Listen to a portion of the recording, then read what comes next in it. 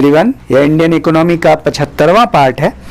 और चलिए कुछ और महत्वपूर्ण तथ्यों को लेते हैं जो एग्जाम में पूछे गए हैं, अति महत्वपूर्ण है, एनडीए में पूछे गए हैं, तो मैं इसको देखता हूं।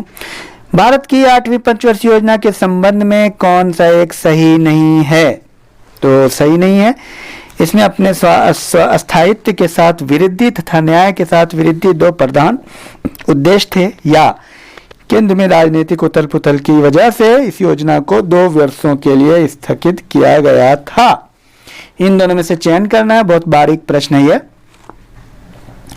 और चलिए और देखता हूँ महत्वपूर्ण तत्व को जो आए हुए। योजना काल में सर्वाधिक संवृद्धि दर कब प्राप्त की गई? 8वीं योजना में या 10वीं योजना में?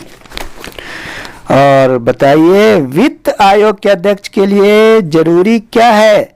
सार्वजनिक मामलों में अनुभव वाला व्यक्ति हो या वित्त एवं बैंकिंग क्षेत्र का व्यक्ति हो?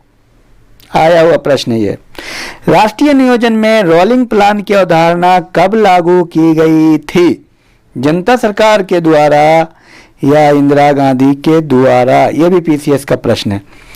भारत में योजना अवकाश की अवधि क्या थी? 1966 से 69 या 1962 से 65?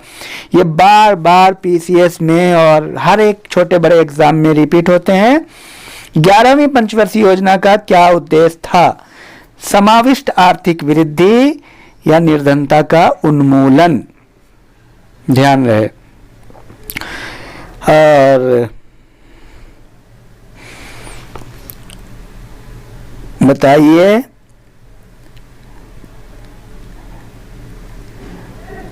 पंचवर्षीय योजना को अनुमोदित करने वाली सर्वोच्च संस्था कौन है? आइए इसका प्रश्न है। राष्ट्रीय विकास परिषद या योजना आयोग? ये क्या कह रहे कि आईएएस का प्रश्न है। किस पंचवर्षीय योजना के दौरान आपातकाल लगाया गया? नए चुनाव हुए और जनता पार्टी चुनी गई? 5वीं या 6ठी? यह भी प्रश्न आ चुका है। भारत में योजना आयोग का गठन किस वर्ष किया गया? 1950 या 1955? राष्ट्रीय विकास परिषद का अध्यक्ष कौन होता है? प्रधानमंत्री या वित्त मंत्री? पूछे हुए प्रश्न है। और वित्त आयोग का गठन कितने वर्ष के लिए होता है? 5 वर्ष के लिए या 10 वर्ष के लिए? केंद्र एवं राज्यों के बीच वित्तीय विवादों का निपटारा कौन करता है? वित्त आयोग या वित्त मंत्री? यह भी पूछा हुआ प्रश्न है। मैं पूछे हुए प्रश्नों को देख रहा हूं जो अति महत्वपूर्ण है एग्जामिनेशन की दृष्टिकोण से। किस पंचवर्षीय योजना के दौरान सरकार ने कृषि नीति अपनाई जिसने हरित क्रांति को जन्म दिया? चतुर्थ योजना या तृतीय योजना? और महत्वपूर्ण प्रश्न जो पूछे हुए हैं, तो भारत में योजना की अवधारणा कब स्वीकार की गई? 1950 या 1951?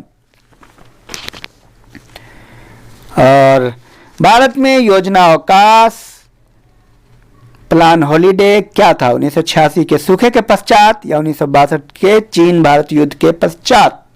आया हुआ प्रश्न है। और बताएं आप, द्वितीय पंचवर्षीय योजना का प्रारूप किसने तैयार किया? महालनोबिस ने या गॉडगिल ने?